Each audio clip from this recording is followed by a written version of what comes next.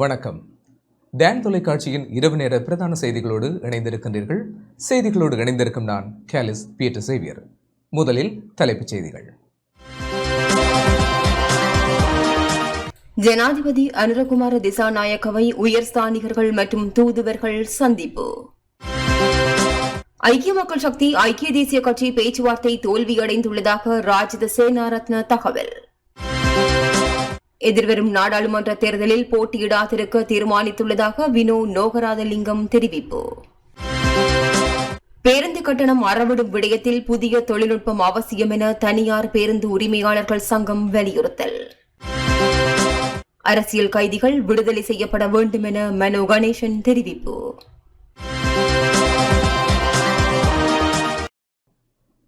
இனி தொடர்வது முதன்மை செய்திகள்.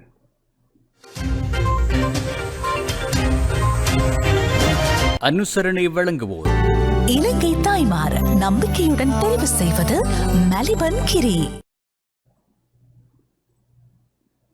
ஜனாதிபதி அனுரகுமார திசாநாயக்கவை உயர்ஸ்தானிகர்கள் மற்றும் தூதுவர்கள் சந்தித்துள்ளனர். ஜனாதிபதி அனுரகுமார திசாநாயக்கவிற்கும் இலங்கைக்கான இந்திய உயர்ஸ்தானிகர் சந்தோஷ் ஜாவிற்கும் இடையிலான சந்திப்பு இன்று ஜனாதிபதி அலுவலகத்தில் இடம்பெற்றது.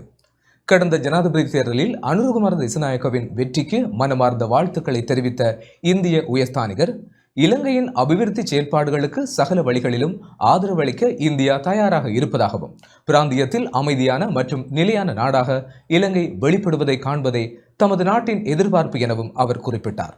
இந்தியாவிற்கும் இலங்கைக்கும் இடையிலான நீண்டகால நட்புறவையும் நெருக்கத்தையும் நினைவு கூர்ந்த இந்திய உயர்ஸ்தானிகர் அண்டைய சகோதர நாடுகள் என்ற வகையில் இரு நாடுகளுக்கும் இடையில் தொடர்ச்சியான மற்றும் நிலையான நட்பை பேணி முன்னேறுவதன் முக்கியத்துவத்தை வலியுறுத்தினார். ஊழலுக்கு எதிராக திறம்பட போராடுவதற்கு அரசாங்க கட்டமைப்புகளை டிஜிட்டல் மயமாக்குவதன் முக்கியத்துவத்தை சுட்டிக்காட்டிய இந்திய உயர்ஸ்தானிகர் ஜனாதிபதியின் கொள்கை பிரகடனத்தில் கோடிட்டு காட்டப்பட்டுள்ள ஊழல் எதிர்ப்பு திட்டத்தையும் பாராட்டியதுடன் டிஜிட்டல் மயமாக்கல் திட்டங்களை நடைமுறைப்படுத்துவதில் இலங்கைக்கு ஆதரவளிக்க இந்தியா தயாராக இருப்பதாக உயர்ஸ்தானிகர் மேலும் குறிப்பிட்டார். இலங்கைக்கான பிரித்தானிய உயர்ஸ்தானிகர் ஆண்ட்ரூ பெட்ரிக் ஜனாதிபதி அனுரகுமார திசாநாயக்கவை இன்று ஜனாதிபதி அலுவலகத்தில் சந்தித்தார்.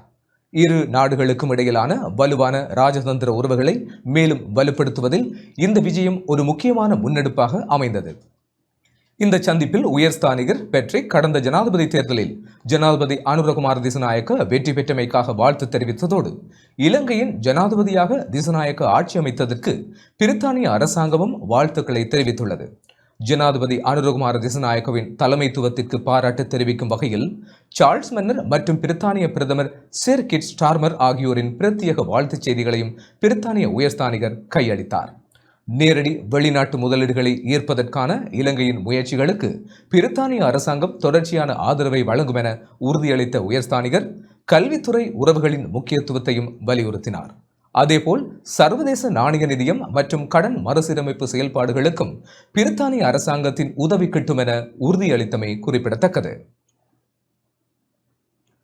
ஜனாதிபதி அனுரகுமார திசாநாயக்கவுக்கும் இலங்கைக்கான ஆஸ்திரேலிய உயர்ஸ்தானிகர் போல் ஸ்டீவன்ஸிற்கும் இடையிலான சந்திப்பு இன்று ஜனாதிபதி அலுவலகத்தில் நடைபெற்றது. இதன்போது ஜனாதிபதி தேர்தல் வெற்றிக்கு வாழ்த்து தெரிவித்த ஆஸ்திரேலிய உயர்ஸ்தானிகர் இலங்கையுடனான தொடர்புகளை மேலும் பலப்படுத்திக் கொள்ள அர்ப்பணிப்பதாகவும் உறுதியளித்தார். சமுத்திர பாதுகாப்பு, எல்லை நிர்ணயம் மற்றும் பயங்கரவாத எதிர்ப்பு முயற்சிகள் உள்ளிட்ட முக்கிய துறைகளில் இலங்கைக்கு ஆஸ்திரேலியா தொடர்ச்சியாக ஒத்துழைப்பு வழங்கும் என்றும் இதன்போது உறுதியளிக்கப்பட்டதுடன் சர்வதேச நாணய நிதியத்துடனான வேலை திட்டத்திற்கு ஆஸ்திரேலியாவின் உதவி கிட்டும் என்றும் இலங்கைக்குள் நேரடி முதலீடுகளை ஊக்குவிக்க ஆஸ்திரேலியா விருப்பத்துடன் இருப்பதாகவும் உயர்ஸ்தானிகர் தெரிவித்தார். அதேபோல முதலீட்டாளர்களின் நம்பிக்கையை பலப்படுத்திக் கொள்ளும் தீர்மானமிக்க காரணியாக விளங்கும் பொருளாதார வெளிப்படைத்தன்மையை பாதுகாப்பதன் முக்கியத்துவத்தையும் ஆஸ்திரேலிய உயர்ஸ்தானிகர் வலியுறுத்தினார். சீன மக்கள் குடியரசின் தூதுவர் கி ஷென்ஹாங் இன்று ஜனாதிபதி அனுரகுமார திசாநாயக்கவை ஜனாதிபதி அலுவலகத்தில் சந்தித்து கலந்துரையாடினார். ஜனாதிபதி அலுவலகத்தில் நடைபெற்ற இந்த சந்திப்பில் ஜனாதிபதி அனுரகுமார திசாநாயக்கவின் தேர்தல் வெற்றிக்கு மனப்பூர்வமான வாழ்த்து தெரிவித்த தூதுவர் இலங்கையின் எதிர்கால செயல்பாடுகளுக்கு சீனா முழுமையான ஒத்துழைப்பை வழங்கும் எனவும் சீனா அரசாங்கத்துடனான இருதரப்பு உறவுகளை மேலும் பலப்படுத்த அர்ப்பணிப்பதாகவும் உறுதியளித்தார். இலங்கைக்குள் தற்போது ஒத்துழைப்பு அடிப்படையில் முன்னெடுக்கப்பட்டு வரும் வேலை திட்டங்களின் முக்கியத்துவம் மற்றும் இலங்கையின் அபிவிருத்தி செயல்பாடுகளுக்கு ஒத்துழைப்பதற்காக சீன அபிவிருத்தி வங்கி மற்றும் எக்ஸிம் வங்கியின் செயல்திறனான தலையீடுகள் குறித்தும் அவர் சுட்டிக்காட்டினார். இலங்கையின் பொருளாதார நிலைத்தன்மை மற்றும் அபிவிருத்திக்கு ஒத்துழைக்கும் வகையில் பிரதான வர்த்தக கடன் வழங்குனர் மற்றும் இருதரப்பு கடன் வழங்குனர் என்ற வகையில் கடன் மறுசீரமைப்பு செயல்பாடுகளுக்கு முழுமையான ஆதரவை வழங்குவதாகவும் சீன தூதுவர் ஜனாதிபதியிடம் உறுதியளித்தார். ஜனாதிபதி அனுரகுமார திசநாயக மற்றும் இலங்கைக்கான கியூபா தூதுவர் ஆண்ட்ரஸ் மார்ஷலோ கொன்சாலேஸ் கொரிடோ ஆகியோருக்கு இடையிலான சந்திப்பு இன்று முற்பகல் ஜனாதிபதி செயலகத்தில் நடைபெற்றது. இதன்போது இரு நாடுகளுக்கும் இடையிலான நீண்டகால ராஜதந்திர தொடர்புகள் மற்றும் நட்புறவுகளை பலப்படுத்திக் கொள்வது தொடர்பில் கவனம் செலுத்தப்பட்டது. ஜனாதிபதி அனுரகுமார திசநாயக்கவிற்கு வாழ்த்து தெரிவித்த கியூபா தூதுவர் ஜனாதிபதியின் தலைமைத்துவத்திற்கு பாராட்டு தெரிவித்தார். இலங்கையினுடனான ஒத்துழைப்புகளை பலப்படுத்த கியூபா எதிர்பார்த்திருப்பதாகவும் தெரிவித்தார். டெங்கு ஒழிப்பு செயல்பாடுகளில் கியூபா அடைந்த வெற்றி தொடர்பில் சுட்டிக்காட்டிய கியூபா தூதுவர் இலங்கைக்கு டெங்கு ஒழிப்புக்கு அவசியமான பொது சுகாதார வேலை திட்டங்கள் தொடர்பிலான நிபுணத்துவ அறிவை பகிர்ந்து கொள்வதில் ஆர்வமாக இருப்பதாகவும் தெரிவித்தார்.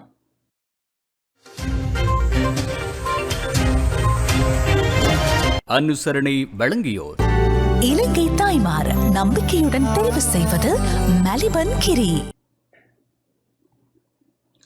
ஐக்கிய மக்கள் சக்தி ஐக்கிய தேசிய கட்சி பேச்சுவார்த்தை தோல்வியடைந்துள்ளதாக ராஜித சேனாரத்ன தெரிவித்துள்ளார். ஐக்கிய மக்கள் சக்தியுடன் இணைந்து தேர்தலில் போட்டியிடுவது தொடர்பிலான பேச்சுவார்த்தை தோல்வியடைந்துள்ளதாக முன்னாள் நாடாளுமன்ற உறுப்பினர் ராஜித சேனாரத்ன தெரிவித்துள்ளார். கொழும்பில் இன்று இடம்பெற்ற ஊடகவியலாளர் சந்திப்பின் போதே அவர் இதனை குறிப்பிட்டார். මන්ත්‍රීවරු එතකොට අනුරපීදර්ශන යාප්පාගේ නායකත්වයෙන් තිබුණ නව සන්ධානයේ මන්ත්‍රීවරු ශ්‍රී ලංකා නිදහස් පක්ෂයේ මන්ත්‍රීවරුත් ඒ සියලුම කට්ටියත් එක්ක එකට ඉල්ලන්නේ. අපි ඔක්කොම එකට ගෑස් සිලින්ඩරෙන් ඡන්ද ඉල්ලුවේ අපි ඔක්කොම එකතු වෙලා තමයි ජනාධිපතිතුමාව පොදු අපේක්ෂක විදියට දාලා තිබුණේ. ඉතින් ඒ සියලු කණ්ඩායම් එකතු කරන්නේ ඊට පරිබාහිරව. ඒ වගේම ජීවන් තොණ්ඩමන්ගේ නායකත්වයෙන් තියෙන ලංකා කම්කාර කෝණයට ඒගොල්ලොත් ලෑස්ති අපිත් එක්ක එකතු වෙන්නේ. ඒ සියලුම කට්ටිය එකට එකතු වෙලා එක පෙරමුණකින් ඡන්දයට ඉදිරිපත් වෙනවා. ඒ සඳහා අපි ඒ ගෑස් සිලින්ඩරේ ලකුණෙන්ම ඡන්දය ඉල්ලන්න තමයි අපි ඉල්ලලා තියෙන්නේ. එම නිසා අපි ඒකේ ඉල්ලුම්පත දාලා තියෙන මැතිවරණ කොමිසමට මම හිතන්නේ අද ඒ පිළිබඳව තීන්දුවක් ලැබෙනවා. ඒ කියන්නේ මින් ඉදිරියට සමගියත් එක්ක කිසිදු දේශපාලන වලින් සාකච්ඡාවක් නැහැ. සාකච්ඡා කරන්න විදිහක් නැහැ දැන්. මොකද ඔවුන් මේක කඩාකප්පල් කිරීම තුල நாம் பலமான கூட்டணியொன்றை அமைப்பது குறித்து ஆராய்ந்தோம். அதன் அடிப்படையில் ஐக்கிய தேசிய கட்சியில் இருந்து முதலாவதாக பிரிந்து சென்ற ஐக்கிய மக்கள் சக்தியினரை இணைத்துக் கொள்வதற்கு தீர்மானித்தோம். அது தொடர்பில் கலந்துரையாடல்கள் இடம்பெற்றன. ஆனால் எமது அணியை தோற்கடிக்கும் வகையில் காலத்தை வீணடிக்கும் செயற்பாடுகளையே அவர்கள் முன்னெடுத்தனர். அது மாத்திரமல்லாது எமது கட்சியின் அமைப்பாளர்களுடனும் இரகசியமாக பேசினர். கூட்டு உடன்படிக்கையின் அடிப்படையிலேயே நாம் பேச்சுவார்த்தையை முன்னெடுத்தோம். ஆயினும் அது தோல்வியில் முடிவடைந்தது. ஜனாதிபதி தேர்தலின் போது எமக்கு ஆதரவளித்த உறுப்பினர்களுடன் நாம் களத்தில் இறங்குவோம். ஜீவன் தொண்டமான் தலைமையிலான இலங்கை தொழிலாளர் காங்கிரசும் கேஸ் சிலிண்டர் சின்னத்தில் போட்டியிட இணக்கம் வெளியிட்டுள்ளது. නමුත් ඉදිරියේදී ඒවැ පළවිපාක උන්ට විඳින්නට සිද්ධ වෙයි. ඒ කියන්නේ ඔබතුමා කියන්නේ සමහර මේ සජිත් ප්‍රේමදාසට සමහරට අගමැති වෙන තිච්ච අවස්ථාව වුම නැති කර. ඔව් දැන් අපි දැන් මෙහෙමනේ ඉස්සෙල්ලාම වැඩිම ප්‍රතිලාභය තියෙන්නේ එතුමාටනේ.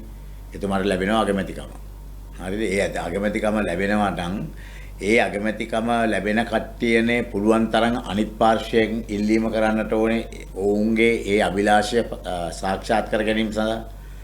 එතකොට ඒගොල්ලෝ නැත්තම් කියන්න ඕනේ නෑ මට ඒවා එපා. මම විපක්ෂ නායක විදියට ඉන්නම්. ඒකේ ඇත්තරම ප්‍රතිලාභ ලැබෙමින් මං ඉන්නම්. ඒකනේ මේ කියන්නේ.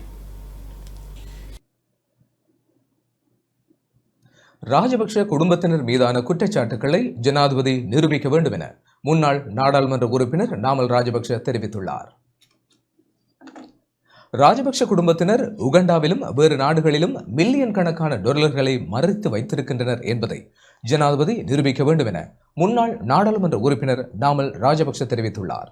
மக்களின் நிதி களவாடப்பட்டுள்ளது என ஜனாதிபதியும் அவரது குழுவினரும் பல ஆண்டுகளாக தெரிவித்து வருகின்றனர். ஜனாதிபதி தனது குற்றச்சாட்டுக்களை நிரூபிப்பதற்கான தருணம் தற்பொழுது ஏற்பட்டுள்ளது என நாமல் ராஜபக்ஷ குறிப்பிட்டுள்ளார்.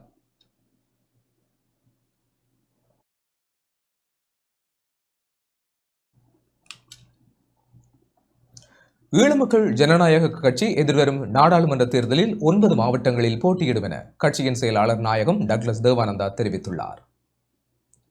ஈழமக்கள் ஜனநாயக கட்சி எதிர்வரும் நாடாளுமன்ற தேர்தலில் 9 மாவட்டங்களில் போட்டியிடும் எனவும் தேர்தல் முடிந்த பின்பு மத்தியில் கூட்டாட்சி, மாநிலத்தில் சுயாட்சி என்ற கொள்கையின் அடிப்படையில் சிந்திக்கப்படும் எனவும் ஈழமக்கள் ஜனநாயக கட்சியின் செயலாளர் நாயகம் டக்ளஸ் தேவானந்தா தெரிவித்துள்ளார். இன்று கிளிநொச்சி மாவட்ட கட்சி ஆதரவாளர்கள் மற்றும் செயல்பாட்டாளர்களுடன் கிளிநொச்சி கூட்டுறவாளர் மன்றத்தில் இடம்பெற்ற கலந்துரையாடலின் பின்னர் ஊடகங்களுக்கு கருத்து தெரிவிக்கையில் இவ்வாறு குறிப்பிட்டார். நாங்கள் சுயலாபங்களுக்காக வேறு கட்சிகளோடு நாங்கள் சேர்ந்து கொள்ள தயாராக இல்லை. ஆனால் தேர்தல் முடிந்த பிறகு தேர்தல் பொறுப்புகளுக்கு அமைவாக நாங்கள் மத்தியில் கூட்டாட்சி, மாநிலத்தில் சுயாட்சி என்ற இபிடிபியினுடைய கொள்கைகளுக்கு அமைவாக நாங்கள் அந்த நேரத்தில் எடுத்துக்கொள்வோம். வடக்கில் இந்த 5 மாவட்டங்களிலேயும், அதுபோல் கிழக்கில் திருவண்ணாமலை, மட்டக்களப்பு, அம்பாறை மாவட்டத்திலேயும், அதே போல் கொழும்புலையும் நாங்கள் போட்டி போடுகின்றோம். மொத்தமாக 9 மாவட்டங்களில் இந்த முறை இபிடிபி போட்டி போடுகின்றோம். மகாத்மா காந்தியின் 155வது ஜனன தின நிகழ்வுகள் யாழ்ப்பாணத்தில் இன்று இடம்பெற்றன. மகாத்மா காந்தியின் 155வது ஜனன தினத்தை முன்னிட்டு இன்று காலை யாழ்ப்பாண நகர் பகுதியில் நிகழ்வுகள் ஏற்பாடு செய்யப்பட்டிருந்தது. யாழ் இந்திய துணை தூதரகத்தின் ஏற்பாட்டில் யாழ்ப்பாணம் வைத்தியசாலை வீதியில் உள்ள மகாத்மா காந்தியின் உருவச்சிலைக்கு மலர் மாலை அணிவிக்கப்பட்டு மரியாதை செலுத்தப்பட்டது. இதில் யாழ்ப்பாணம் இந்திய துணை தூதர் சாய் முரளி, வடக்கு மாகாண பிரதம செயலாளர் எல் இளங்கோவன், யாழ்ப்பாண பல்கலைக்கழக துணைவேந்தர் சீனா ஸ்ரீ சட்குணராஜா, யாழ்ப்பாணம் போதனா வைத்தியசாலை பணிப்பாளர் தானா சத்தியமூர்த்தி, யாழ்ப்பாணம் மாநகர சபை ஆணையாளர் எஸ் கிருஷ்ணேந்திரன், யாழ்ப்பாண பிராந்திய உதவி போலீஸ் அத்தியட்சகர் யருள், சமூக பிரதிநிதிகள், இந்திய துணை தூதரக அதிகாரிகள், அகில இலங்கை காந்தி சேவா சங்க பிரதிநிதிகள் பங்கேற்றனர். தொடர்ந்து காந்தியம் 7 வெளியிட்டு வைக்கப்பட்டு அதன் பிரதி நிகழ்வில் பங்கேற்றவர்களுக்கு வழங்கி வைக்கப்பட்டது. பின்னர் இந்திய துணை தூதரக அதிகாரிகளால் துவிச்சக்கர வண்டி பவனி ஒன்றும் முன்னெடுக்கப்பட்டது. அத்துடன் யாழ்ப்பாணம் மத்திய கலாச்சார மையத்தில் வடக்கு மாகாண ஆளுநர் நாவண்ணா வேதநாயகனின் பங்கேற்புடன் மர நடுகையும் இடம்பெற்றது. மகாத்மா காந்தியின் 155வது ஜனன தினம் மட்டக்களப்பு காந்தி பூங்காவில் அமைக்கப்பட்டுள்ள காந்தியடிகளாரின் நினைவு தூபியில் இன்று அனுஷ்டிக்கப்பட்டது. மட்டக்களப்பு காந்தி சேவா சங்கத்தின் ஏற்பாட்டில் நடைபெற்ற இந்த நிகழ்வில் காந்தியின் திருவுருவச் சிலைக்கு மலர் மாலை அணிவிக்கப்பட்டு மலரஞ்சலியும் செலுத்தப்பட்டது. காந்தி சேவா சங்கத்தின் தலைவர் கலாநிதி செல்வேந்திரன், காந்தி சேவா சங்கத்தின் செயலாளர் கானா பாரதிதாசன், வர்த்தக சங்கத்தை செயலாளர் மற்றும் சமூக செயற்பாட்டாளர்கள் உள்ளிட்டோர் கலந்து கொண்டு காந்தியின் திருவுருவச் சிலைக்கு மலர் மாலை அணிவித்து மலரஞ்சலியும் செலுத்தினர். இந்திய தேசத்தினுடைய தேசபிதா, இந்தியாவுக்கு சுதந்திரம் வாங்கி தந்த தேசபிதா அண்ணல் காந்தி அஹிம்சா மூர்த்தியினுடைய 155வது ஜனன தினம் என்று மட்டக்களப்பு நகரிலே உள்ள காந்தி பூங்காவிலே மிகவும் எளிமையான முறையிலும் சிறப்பான முறையிலும் என்று நடைபெற்று கொண்டு வருகின்றது. அண்ணல் காந்தியினுடைய அஹிம்சை வழியிலே எங்களுடைய தமிழ் மக்கள் தொடர்ச்சியாக தங்களுடைய உரிமைக்குரிய போராட்டங்களை செய்து கொண்டு வருகின்றார்கள். அந்த உரிமை போராட்டம் எங்களுக்கு வெற்றி அளிக்கும் என்கின்ற வகையிலே எங்களுடைய அண்ணல் காந்தி காட்டிய வழியிலே நாங்கள் அனைவரும் தொடர்ந்து பயணிப்போம் என்ற செய்தியை இந்த வேளையிலே நாங்கள் உங்கள் அனைவருக்கும் தெரிவிக்கின்றோம். எதிர்வரும் நாடாளுமன்ற தேர்தலில் போட்டியிடாதிருக்க தீர்மானித்துள்ளதாக முன்னாள் வன்னி மாவட்ட நாடாளுமன்ற உறுப்பினர் வினோ நோகாராதலிங்கம் தெரிவித்துள்ளார். வடகிழக்கில் எதிர்வரும் நாடாளுமன்ற தேர்தலில் தமிழ் மக்கள் மன்றம் ஒன்றை எதிர்பார்த்து நிற்கின்றனர். அதற்கு வழிவிட்டு இளையோரையும் புதியவர்களையும் நாடாளுமன்றத்துக்கு அனுப்ப வேண்டும் என்பதற்காக எதிர்வரும் நாடாளுமன்ற தேர்தலில் போட்டியிடாதிருக்க தீர்மானித்துள்ளதாக முன்னாள் வன்னி மாவட்ட நாடாளுமன்ற உறுப்பினர் வினோ நோகாராதலிங்கம் தெரிவித்துள்ளார். அவர் இன்று ஊடகங்களுக்கு வெளியிட்டுள்ள அறிக்கையில் இந்த விடயத்தை குறிப்பிட்டுள்ளார். தன்னுடையதும் ஏனைய சில முன்னாள் நாடாளுமன்ற உறுப்பினர்களதும் போட்டியிடாதிருக்கின்ற முடிவு ஏனையவர்களும் உணர்ந்து முடிவெடுக்க உந்துதலாக அமையும் எனவும் அவர் தெரிவித்துள்ளார்.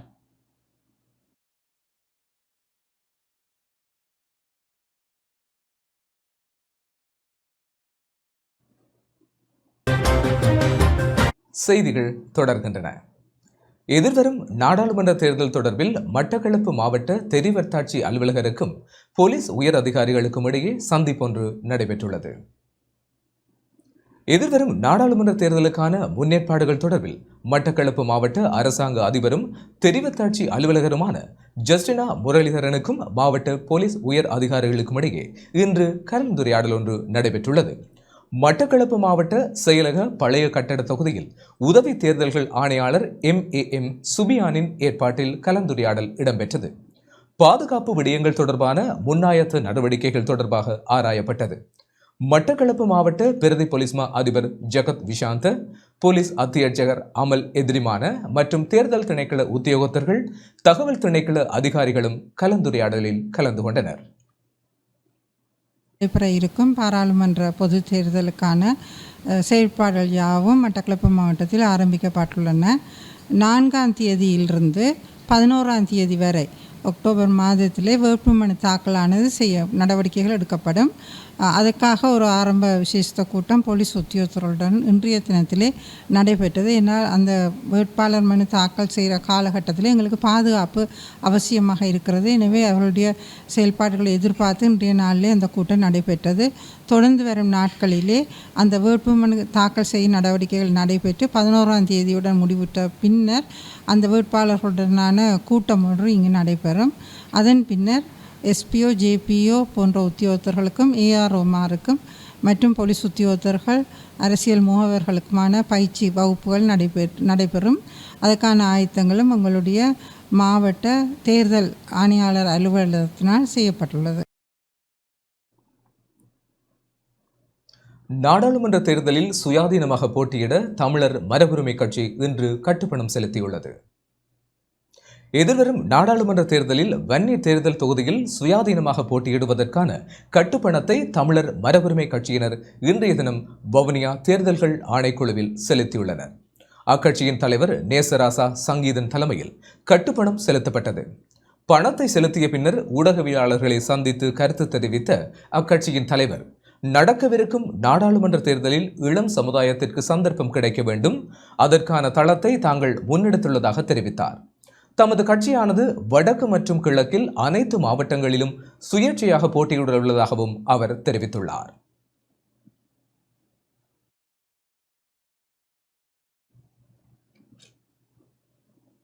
மட்டக்களப்பு திருகோணமலை பிரதான வீதியில் குளவிக்கொட்டுக்கு இலக்காகி குடும்பஸ்தர் ஒருவர் உயிரிழந்துள்ளார். மட்டக்களப்பு திருகோணமலை பிரதான வீதியில் நேற்று காலை குளவிக்கொட்டுக்கு இலக்காகி குடும்பஸ்தர் ஒருவர் உயிரிழந்துள்ளார். நீர் வழங்கல் வடிகால் அமைப்பு சபையின் தோப்பூர் அலுவலகத்தில் பாதுகாப்பு ஊழியராக கடமையாற்றும் 54 வயதுடைய குடும்பஸ்தரே உயிரிழந்தவர் ஆவார். உயிரிழந்தவரின் ஜனாசா மூதூர் தள வைத்தியசாலையில் வைக்கப்பட்டு பின்னர் உறவினர்களிடம் ஒப்படைக்கப்பட்டது. தோப்பூர் நீர் வழங்கல் வடிகால் அமைப்பு சபையின் நீர்த்தாங்கியில் குளவிக்கூடுகள் காணப்படும் நிலையில் அதிலிருந்த குளவியே இவரை கொட்டியிருக்கக்கூடும் என சந்தேகிக்கப்படுகிறது. மேலதிக விசாரணைகளை மூதூர் போலீசார் முன்னெடுத்து வருகின்றனர்.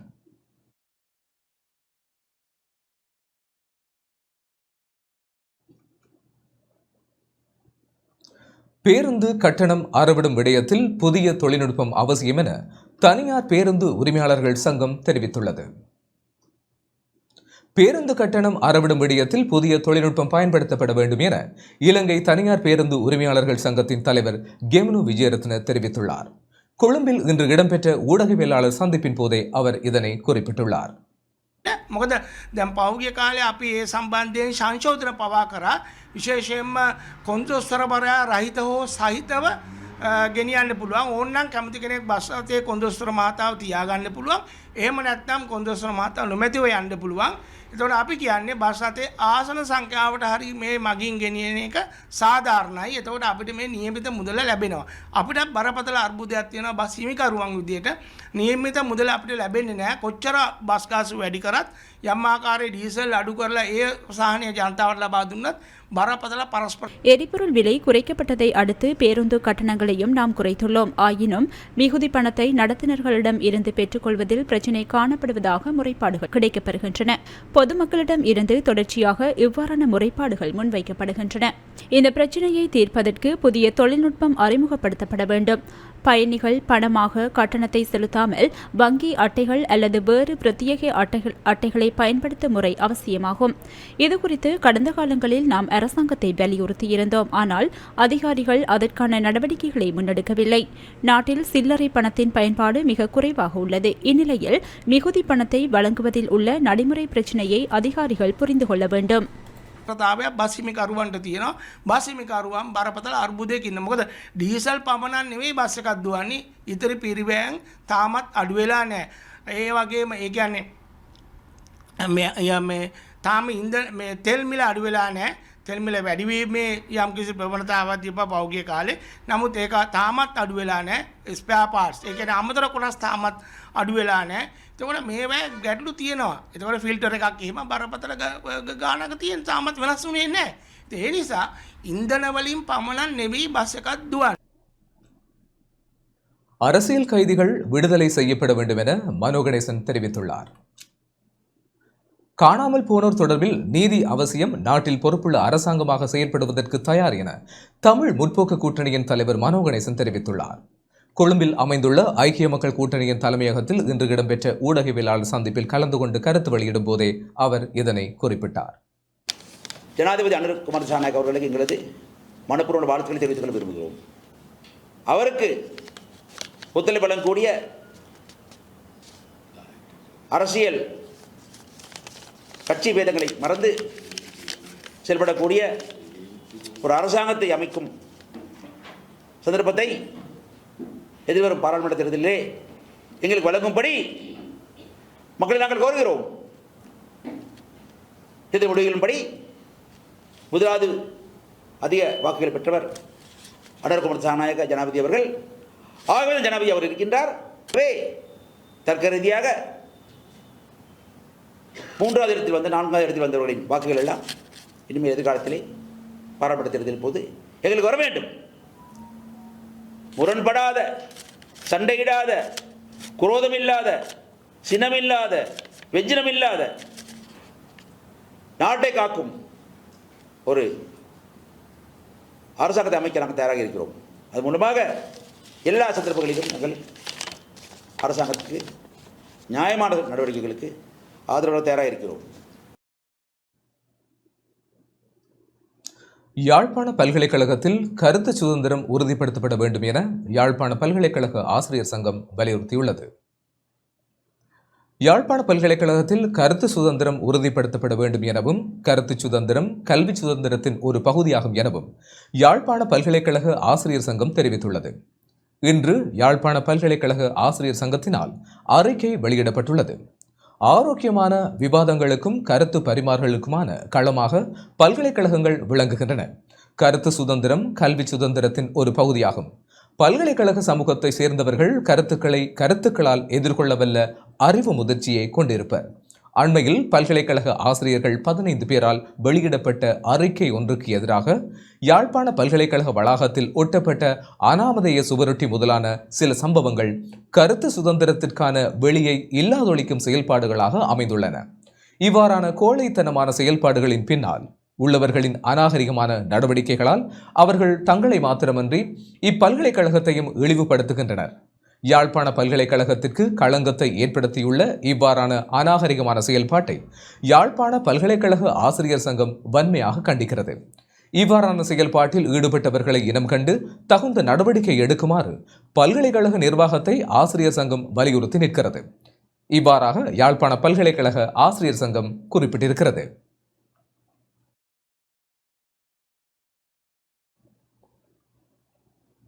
முல்லைத்தீவு புதுக்குடியிருப்பு நகர்ப்பகுதி உணவகங்களில் இன்று திடீர் பரிசோதனை மேற்கொள்ளப்பட்டது.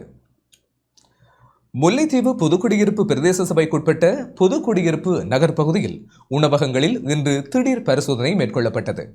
புதுக்குடியிருப்பு பிராந்திய சுகாதார சேவைகள் திணைக்களத்தினர் சுகாதார பரிசோதகர்கள் இணைந்து திடீர் சுற்றிவளைப்பு நடவடிக்கையை முன்னெடுத்திருந்தனர். இதன்போது சில உணவகங்களில் காலாவதியான பொருட்கள் இருந்தமை அவதானிக்கப்பட்டு அந்த உணவகங்களுக்கு எதிராக வழக்கு பதிவு செய்ய நடவடிக்கை எடுக்கப்பட்டதுடன் 2 உணவகங்களை மூடி சிறு சிறு வேலைகளை மேற்கொண்ட பின்னர் கடைகளை திறக்க முடியும் என உணவக உரிமையாளர்களுக்கு அறிவுறுத்தப்பட்டது. இந்த பரிசோதனை நடவடிக்கையில் புதுக்குடியிருப்பு சுகாதார வைத்திய அதிகாரி பீனா சத்யரூபன் தலைமையில் சுகாதார பரிசோதகர்கள் இணைந்து கொண்டனர்.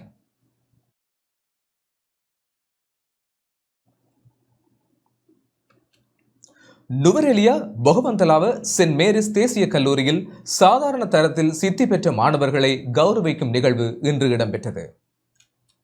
நுவரெலியா ஹட்டன் கல்வி வலயத்திற்குட்பட்ட பொகவந்தலாவை சென்ட் மேரிஸ் தேசிய கல்லூரியில் சாதாரண தரத்தில் சித்தி பெற்ற மாணவர்களை கௌரவிக்கும் நிகழ்வு கல்லூரி அதிபர் ஏ வேலுசாமி தலைமையில் இடம்பெற்றது. சாதாரண தர பரீட்சைக்கு 145 மாணவர்கள் தோற்றிய நிலையில் 120 மாணவர்கள் உயர்தரம் கற்பதற்கு தகுதி பெற்றுள்ளனர். இந்த மாணவர்கள் பொகவந்தலாவ பிரதான பேருந்து தரிப்பிடத்தில் இருந்து சென்ட் மேரிஸ் தேசிய கல்லூரி வரை பேண்ட் வாத்தியங்களோடு பேரணியாக அழைத்து செல்லப்பட்டனர். அதனைத் தொடர்ந்து சிறந்த பெறுபேறுகளை பெற்ற மாணவர்களுக்கு வாழ்த்து தெரிவிக்கப்பட்டதுடன் பாடசாலை அபிவிருத்தி சங்கம் மற்றும் வர்த்தக சங்கத்தினர் இணைந்து பரிசில்களை வழங்கி வைத்தனர். பொகவந்தலாவ சென்ட் மேரிஸ் தேசிய கல்லூரியில் 6 மாணவர்கள் 9 A சித்தியையும் 4 மாணவர்கள் 8 A சித்தியையும் 4 மாணவர்கள் 7 A சித்தியையும் 3 மாணவர்கள் 6 A சித்தியையும் 5 மாணவர்கள் 5 A சித்தியையும் 5 மாணவர்கள் 4 A சித்தியையும் பெற்றுள்ளதுடன் 120 மாணவர்கள் உயர்தரத்திற்கு தகுதி பெற்றுள்ளதாக அதிபர் ஏ வேலுசாமி குறிப்பிட்டார். நிகழ்வில் பிரதம அதிபர் கந்தரேசன் மற்றும் ஆசிரியர்கள், மாணவர்கள், பெற்றோர்கள், அபிவிருத்தி சங்கத்தினர் பங்கேற்றனர். முல்லைத்தீவு புதுக்குடியிருப்பு ரோமன் கத்தோலிக்க பாடசாலையில் சாதாரண தர பரீட்சையில் 21 மாணவர்கள் சித்தியடைந்து பாடசாலைக்கு பெருமை சேர்த்துள்ளதாக அதிபர் செல்லையா அமிர்தநாதன் தெரிவித்துள்ளார். 33 மாணவர்கள் பரீட்சைக்கு தோற்றிய நிலையில் பீனா நிவேதினி, ரீனா தேனருவி, எம் இன்பராஜன் ஆகியோர் 9 A சித்திகளையும், Tina பிரின்சிகா 8 A B சித்திகளையும், ஜேனா டெவ்ரின் 7 A B C சித்திகளையும், 5 மாணவர்கள் சிறந்த பெறுபேற்றையும் பெற்றுள்ளதுடன் ஏனைய 16 மாணவர்களும் உயர்தரத்திற்கு தகுதி பெற்றுள்ளனர்.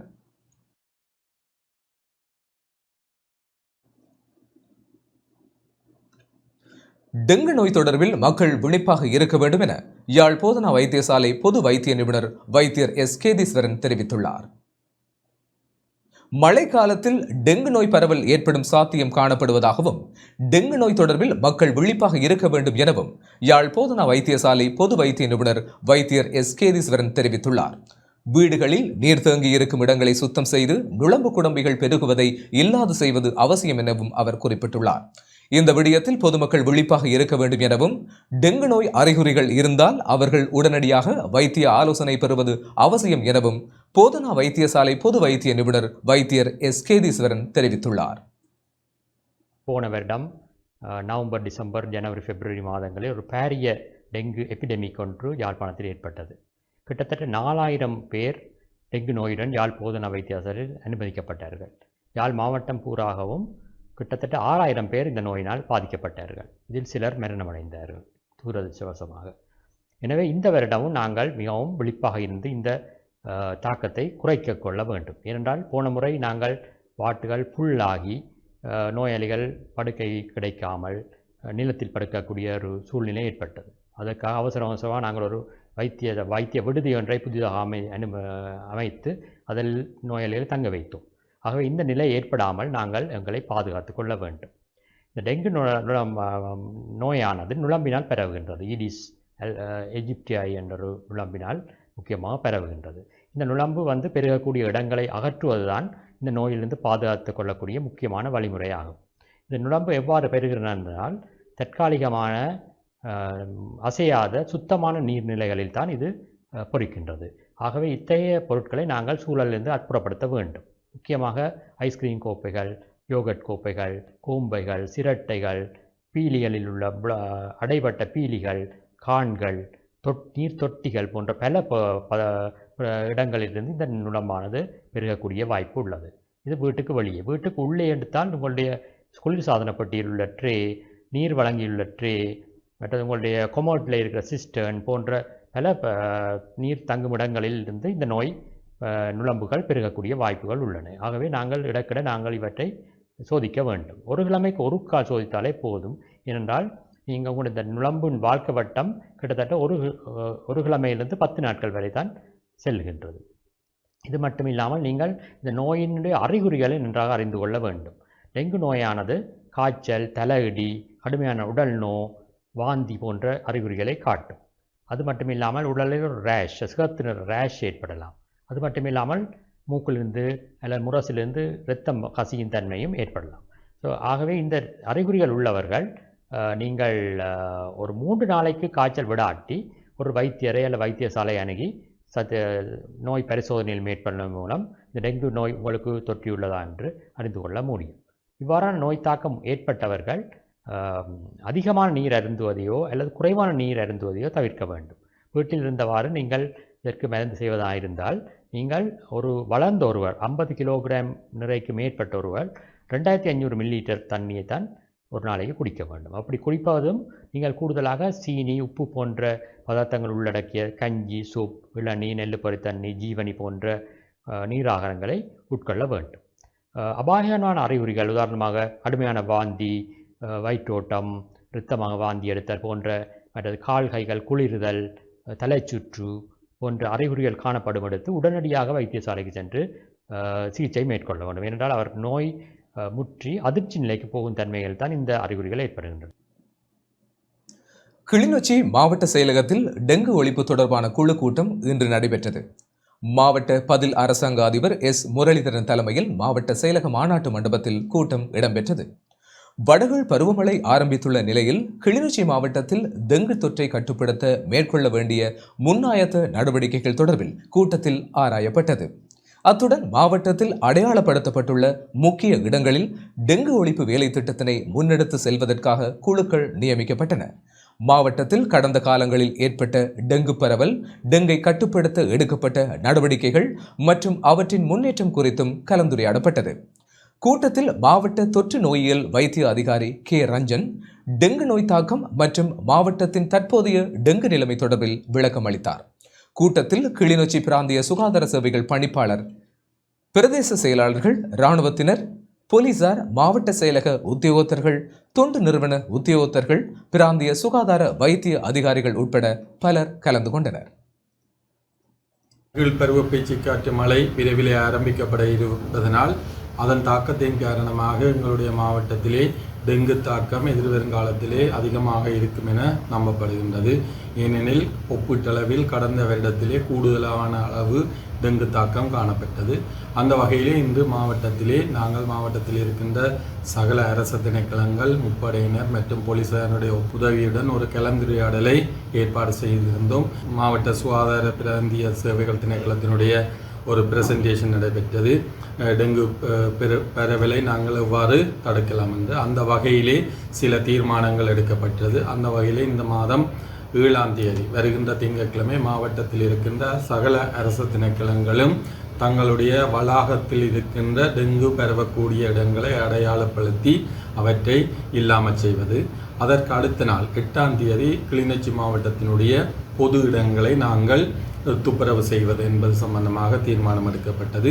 அந்த வகையிலே பூனேரி பிரதேச செயலர் பிரிவிலே பூனேரி நகரத்தை மையாண்டிய பிரதேசத்திலே பிரதேச செயலகம், பிரதேச சபை, சுகாதார திணைக்களம் மற்றும் முப்படையினர் உதவியுடன் துப்புரவாக்கல் பணியில் ஈடுபடுவது. அதேபோல் பச்சிலைப்பள்ளி பிரதேச செயலக பிரிவிலே பாலை நகரம், இயக்கச்சி நகர பிரதேசத்தினை முப்படையினர் மற்றும் திணைக்களங்களுடைய உதவியுடன் துப்புரவு செய்வது. அதேபோல் பரந்தன் நகர பிரதேசத்தினை கண்டாவளை பிரதேச செயலகம், பிரதேச சபை மற்றும் முப்படையினர் உதவியுடன் அந்த இடங்களை துப்புரவு செய்வது. அதேபோல் கரச்சி பிரதேச செயலகத்தின் கீழில் உள்ள கிளிநொச்சி நகரம் 4 பகுதிகளாக பிரிக்கப்பட்டு அரச உத்தியோகத்தர்கள், முப்படையினர், போலீசார் இணைந்து ஒரு கிளீனப் கம்பெயினை செய்வதென்று அந்த வகையிலே இன்று இது தொடர்பிலே மாவட்டத்தில் இருக்கின்ற அரசு சார்பற்ற நிறுவனங்களும் தங்களுடைய பூரண ஒத்துழைப்பினை வழங்குவதாக தெரிவித்திருக்கின்றார்கள். எனவே 8ஆம் தேதி ப்ரோக்ராம் ஒரு சக்ஸஸான ப்ரோக்ராமாக இருக்கும். இதனுடைய முக்கியமான நோக்கம் இந்த செய்தியை மாவட்டத்தில் இருக்கின்ற மக்களுக்கு எடுத்து செல்வதாகும். ஏனென்றால் வருகின்ற காலங்களிலே மழையினால் ஏற்படுகின்ற டெங்கு தாக்கத்தை குறைப்பதற்காகும். இறக்குமதி செய்யப்படும் உரத்தின் தரம் தொடர்பில் பாரிய சந்தேகம் நிலவுவதாக விவசாய அமைச்சு குற்றம் சாட்டியுள்ளது. வெளிநாடுகளிலிருந்து இறக்குமதி செய்யப்படும் உரத்தின் தரம் தொடர்பில் பாரிய சந்தேகம் நிலவுவதாக விவசாயிகள் தேசிய மாநாட்டின் இணைப்பாளர் விமல் வத்துஹேவா தெரிவித்துள்ளார். கொழும்பில் இன்று இடம்பெற்ற ஊடகவியலாளர் சந்திப்பின் போதே அவர் இதனை குறிப்பிட்டார்.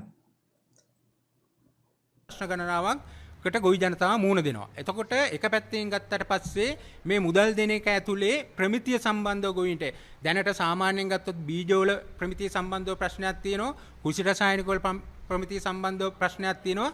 ඒ වගේම පොහොර සම්බන්ධව ප්‍රමිතිය සම්බන්ධව ප්‍රශ්නයක් තියෙනවා. එතකොට මෙන්න මේ ගැටලුව බරපතල විදියට තියෙනවා. ඒක නිසා තමයි ගොවි நாட்டில் உள்ள விவசாயிகள் உரத்தை நம்பியே தொழிலை முன்னெடுத்து செல்கின்றனர். இந்நிலையில் உரம் தொடர்பிலான பிரச்சினை நீண்ட காலமாக இருந்து வருகின்றது. வெளிநாடுகளில் இருந்து பல்வேறு தரப்பினர் உரத்தை இறக்குமதி செய்கின்றனர். அவற்றின் தரம் குறித்து பரிசோதனை செய்யப்படுவதில்லை. கப்பல்களில் இருந்து நாட்டுக்கு கொண்டு வரும் போது உரத்தின் தரத்தையும் அவை சந்தையில் மக்களுக்கு விநியோகிக்கப்படும் போதான தரத்தையும் பரிசோதனை செய்ய வேண்டும். இதில் நமக்கு பாரிய சந்தேகம் உண்டு. இந்த விடயத்தில் தற்போதைய அரசாங்கம் நடவடிக்கை எடுக்கும் என எதிர்பார்க்கின்றோம். நாம் அடுத்த கட்ட விவசாய பணிகளை ஆரம்பித்துள்ளோம். எனினும் இதுவரை உரமானியம் வழங்கப்படவில்லை. அதனை எதிர்பார்த்து தொழிலை ஆரம்பித்துள்ளோம். ஆதலால் அமைச்சும் அதிகாரிகளும் இந்த விடயத்தில் அக்கறையுடன் செயல்பட வேண்டும் என நாம் கோரிக்கை விடுகின்றோம்.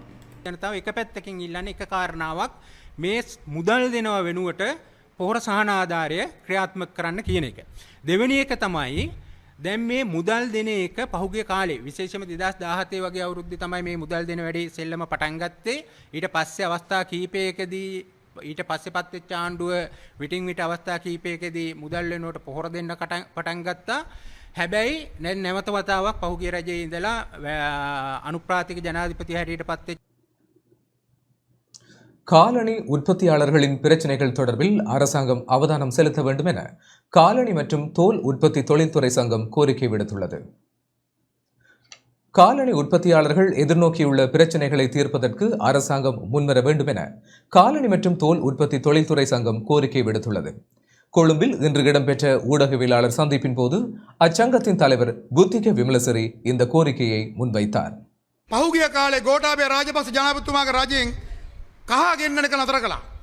කහ ගෙන්නනක නතර කළා. අපි එක සාකච්ඡාවකට යනකොට පී.බී. ජයසුන්දර මහත්තයා කිව්වා නෑ කහ නම් ගේන්න බෑ. කහ ලංකාවේ වවනවා. කහ ලංකාව අතිරික්ත කරන් හදන්න පුළුවන් කියලා. හැබැයි ඒ කාලේ සිද්ධ වුණේ මොකද්ද? කිලෝ 20ක් ගෙනවා ඉන්දියාවට ගිහිල්ලා කිලෝ 20 විකුණනවා හැරද පැලෙන්. இலங்கை அரசாங்கத்தின் செயற்பாடு காரணமாகவே ஆடை தொழில் வளர்ச்சி பெற்று உலகிலேயே முதலிடம் பெற்றது. ஆயினும் காலணி உற்பத்தி தொடர்பில் எவரும் அக்கறை கொள்ளவில்லை. வெளிநாட்டில் உற்பத்தி செய்யப்படும் காலணிகளை வாங்கும் அரசியல்வாதிகள் உள்நாட்டு உற்பத்தியாளர்கள் பற்றி அக்கறை கொள்வதில்லை. வெளிநாட்டு உற்பத்தி பொருட்கள் பல்வேறு வழிகளில் உள்நாட்டுக்கு கொண்டுவரப்படுகின்றன. அதனால் நாம் வினைத்திறனுடன் தயாரித்த பொருட்கள் விலை போவதில்லை. இந்த விடயம் குறித்து தற்போதைய அரசாங்கம் அவதானம் செலுத்த வேண்டும் என நான் கோரிக்கை விடுகின்றேன். வெளிநாட்டில் இருந்து காலணிகளை கொண்டு வருவதற்கு அரசு அதிகாரிகளும் துணை போகிறார்கள். ஒருவர் சுமார் 20 கிலோகிராம் என்ற அடிப்படையில் காலணிகள் கொண்டு வரப்படுகின்றன. இதனால் நாம் பெரும் பாதிப்புகளை எதிர்நோக்கியுள்ளோம். නිර්මාණය කරගැනීමේ හැකියාව තියෙනවා. ඒක හින්දා අපි ඉල්ලනවා අධ්‍යක්ෂ ජනරාල්වල රේලුවේ ඔබතුමාගේ ඍජු මැදිහත් වීම අවශ්‍යයි. ජනාධිපතිවරයාට කියනවා අපි ඒ නිවැරදි නියෝගය ලබා දෙන්න. ඒ වගේම අපි කවුරුත් දන්නවා අනිත් දේශපාලන ධාරාවන්ට වැඩිය සමාජගත දේශපාලන ධාරාවක් විදියට අනුකුමාර ජනාධිපතිතුමාට පුළුවන් තමන්ගේ ඒ තොරතුරු ජාලය. இத்துடன் டான் தமிழொலியின் இரவு நேர பிரதான செய்தி அறிக்கை நிறைவடைகிறது. தொடர்ந்து செய்திகளோடு இணைந்து கொள்ள டான் நியூஸ் தொலைக்காட்சியோடு இணைந்திருங்கள். நன்றி.